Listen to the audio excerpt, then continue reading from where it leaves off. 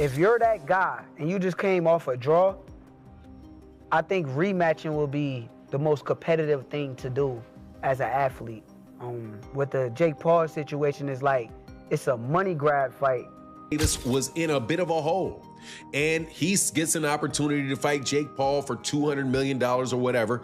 I don't mind it at all. As long as Gervonta Davis comes back to the world of boxing after he gets done with this, hey man, you got your money, no worries. The anticipation grows as Jake Paul and Gervonta Tank Davis continue their intense preparations for their highly anticipated clash.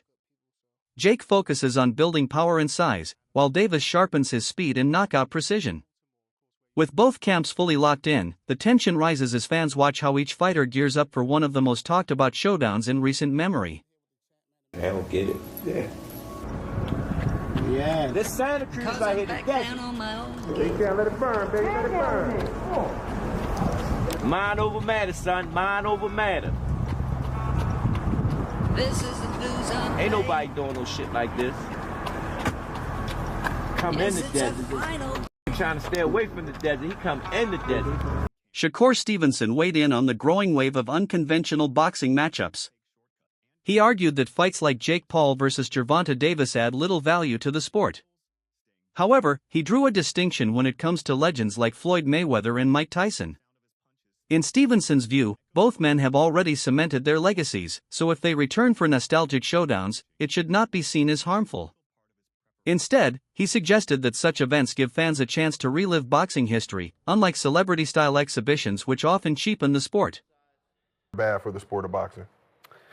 I mean, I feel like in Floyd and Tyson situation is different than Jake Paul and Buddy. I feel like with Floyd and Tyson, it's like, okay, y'all deserve it. Y'all legends, y'all paid homage, y'all did the most for the sport of boxing already. So you deserve a big payday and be cool. I'm cool with it. I like it. But with Jake and Buddy, I feel like Buddy is a participate in the sport of boxing right now, and he just came off a draw his last fight. So if you're a real champion and top level guy that you say you are, which I think you are too, I think you're the truth. But if you're that guy and you just came off a draw, I think rematching will be the most competitive thing to do as an athlete. With the Jake Paul situation, is like, it's a money grab fight. So to me, it's like some WWE shit. Do you think it helps?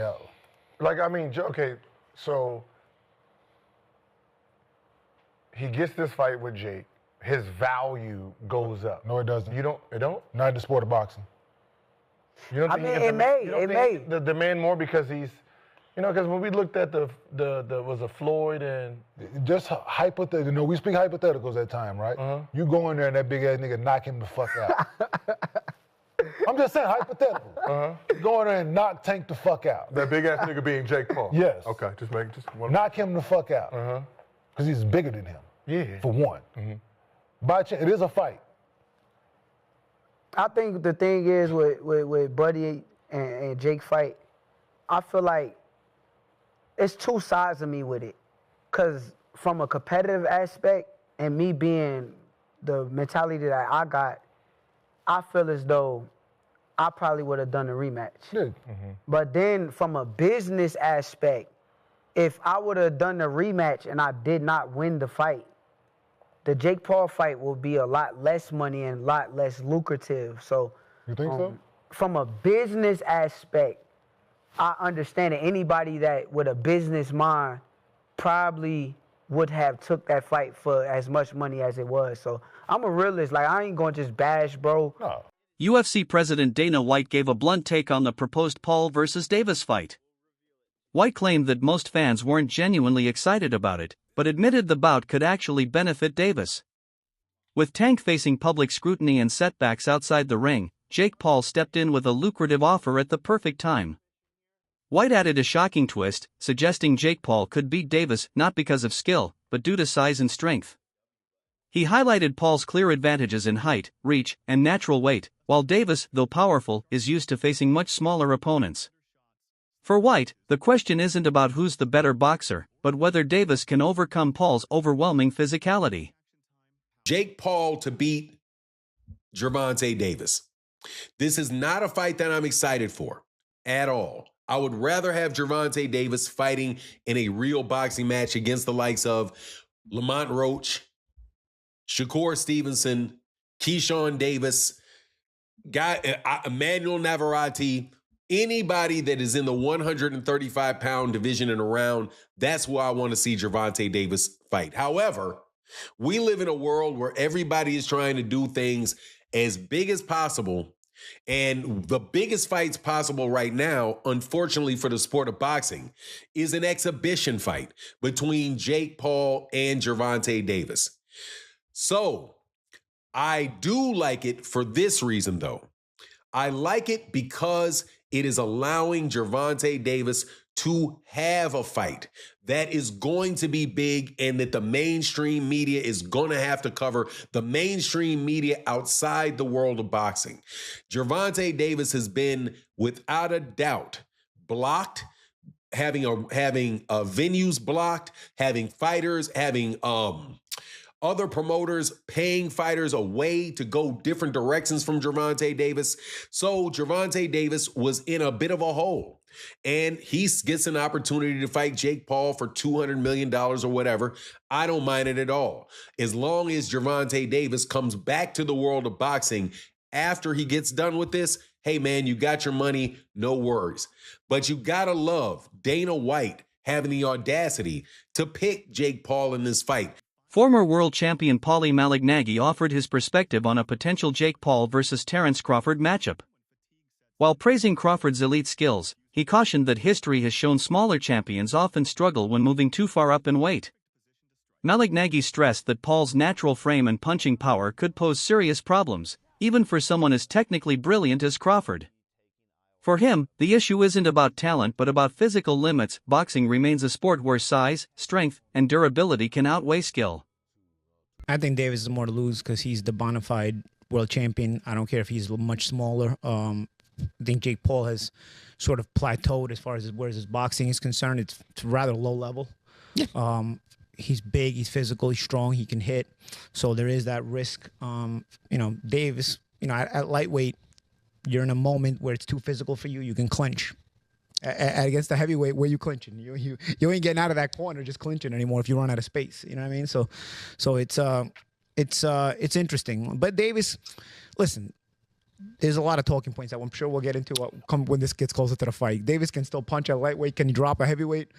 There's a lot to gain there, right? If Davis knocks the answer is yes. If Davis drops Jake on his ass, as much as Davis is the one with more to lose, it's still a highlight moment. A visual that will stay forever. Yeah. But if you get dropped, even if you're smaller, you're still a world champion, multiple weight classes. If you get dropped, what's the look? What's the feel?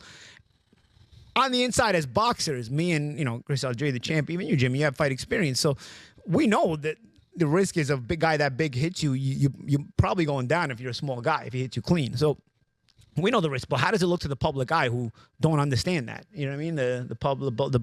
So there is a lot to lose, though. There's a bit to gain. I wouldn't necessarily have an issue with this had Davis's career arc been one that benefited boxing. Davis was manufactured and put into a position where he's supposed to benefit boxing, and I don't think he has. I think he's hurt boxing. So by giving him this reward, that's my problem. Why are we watching this? Why don't you make him earn his spot that he still hasn't earned? Analysts revealed that the organizers had to make a major adjustment after the originally chosen venue refused to host the Paul versus Davis fight. Local officials dismissed it as more of a spectacle than a legitimate sporting contest, sparking criticism about the fight's credibility. Promoters quickly secured an alternative venue to keep the event alive, but the sudden change fueled skepticism. Many now argue the matchup is driven more by entertainment and money than genuine competition, with the venue controversy itself becoming part of the debate over crossover fights in boxing. 35 pounds. Jake Paul is over 50 pounds heavier than Gervonta Tank Davis, and he's nearly a foot taller than Gervonta Tank Davis.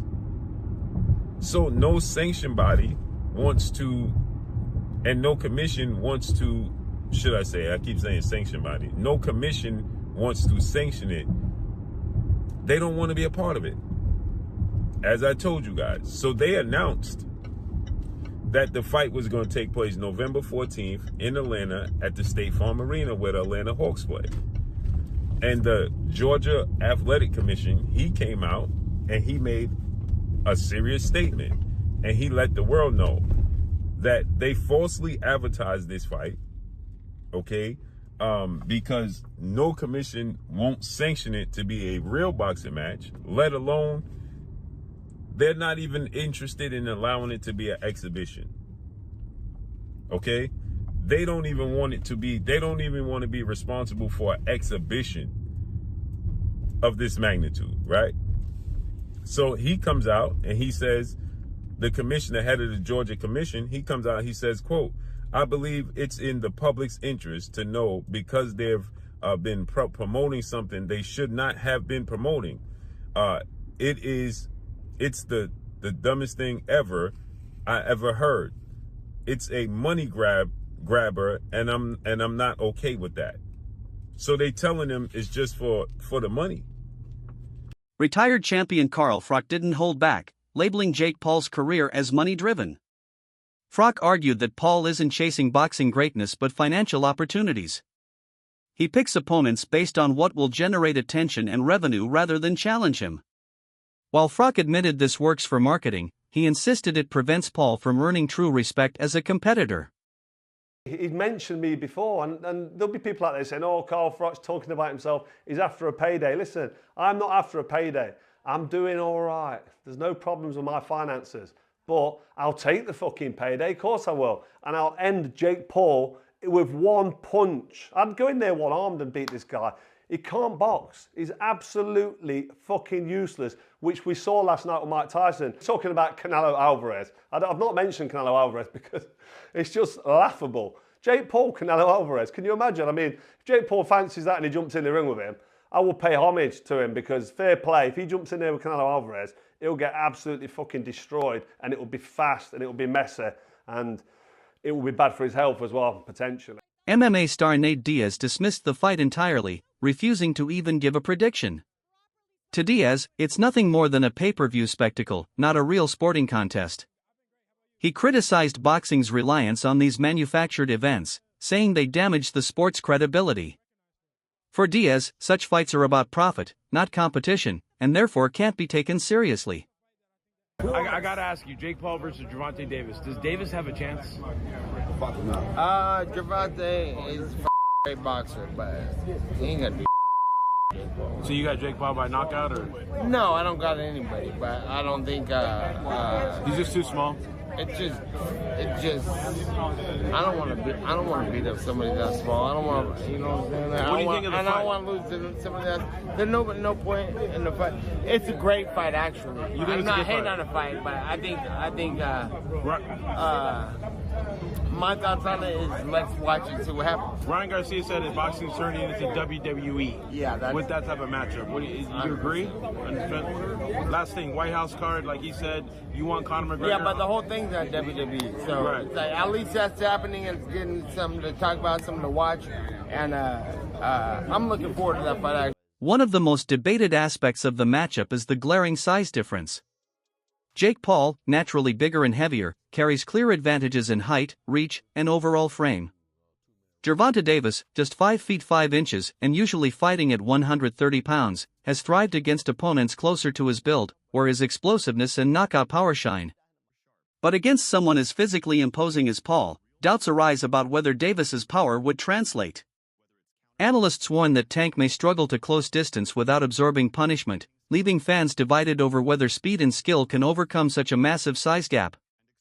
Holy shit, Jake Paul versus Tank Davis is actually happening. What the f is going on? I guess Tank is going broke because that's the only justifiable reason you ruin your legacy against a guy like Jake Paul. And yes, I do think Jake Paul is going to win. Tank Davis is a much better boxer and has crazy power, but he's 5'5", 130. That power is not going to carry over against someone who is 6'1", 210. And it's not like Jake is bad. Yes, his fights are boring. He says he's going to step in the ring and sleep his opponents, but the only people who end up sleeping are the audience. Mike Tyson fight. But at the end of the day, he's a big guy with power who's training boxing full time, and he has beaten some legitimate competition. Woodley, Nate Diaz, Anderson Silva, Mike Perry had a competitive fight with Tommy Fury, but it's crazy how particular Jake has to be when selecting his opponents. They have to have enough clout to be interesting, enough skill to be taken seriously as a threat, but at the same time have clear weaknesses and disadvantages that Jake and his team can exploit to win. Now that he's fighting an elite boxer, he has to fight someone 7 weight classes down. I mean, Tank could win if he makes Jake do a very aggressive weight cut, but I just don't see that happening. I got Jake by 3rd round TKO. He should put me on the co-main event and allow me to fight Francis Ngannou. That would be an easy first-round knockout for my... Fans and analysts have voiced frustration at how unusual matchups dominate boxing headlines. The Paul vs. Davis fight is cited as a prime example, with critics saying it shifts attention away from meaningful contests that crown champions and settle rivalries. Instead, promoters push spectacles that blur the line between sport and entertainment, disappointing purists who want boxing to highlight the best talents rather than media-driven events. So breaking news, Jake Paul will be taking on Tank Davis in an exhibition on November 15th in Atlanta, Georgia, live on Netflix. And this is crazy for multiple reasons. One, they have a huge size difference. Tank Davis, he's a lightweight, normally fights at 135 pounds. And Jake Paul, he's a cruiserweight, usually fights at 200 pounds. So there's a good 60 to 65 pound difference here. It could also mean that Tank Davis is no longer interested in competing for titles anymore and is cashing out of boxing. You know, there's been a lot of talks that Tank is nearing retirement this year, and he was supposed to rematch Lamar Roach after their first fight went to a draw, but instead of chasing the Roach rematch, instead he takes the Jake Paul fight for money.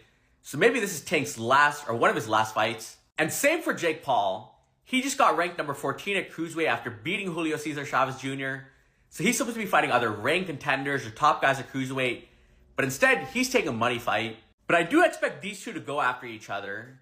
Even though it is an exhibition, I don't think it'll just be some boring sparring match. I do think they'll try a decent amount. But Tank, obviously, he's a lot more skilled. Jake, he has a lot more size. But you guys let me know who you got. An analyst explained how the Paul brothers thrive by maximizing attention. Logan and Jake don't care about criticism. Every controversy only fuels more interest. Their strategy isn't built on boxing achievements but on generating headlines. Whether praised or mocked, their ability to dominate conversation ensures they remain a presence in the sport, no matter how fans feel.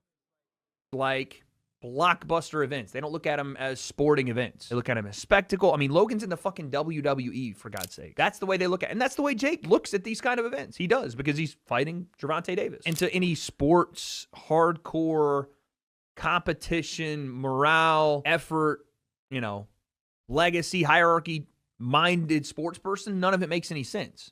Because we go, well, no, Gervonta is not in Jake's weight class. What does that prove?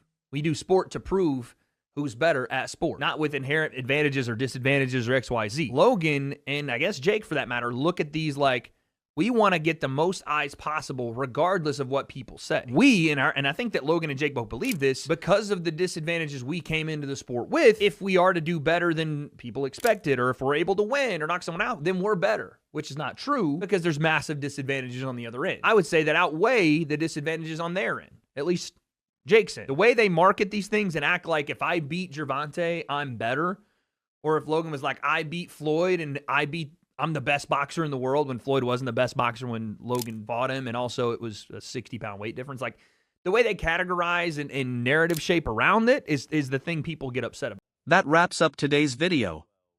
Stay tuned for more updates.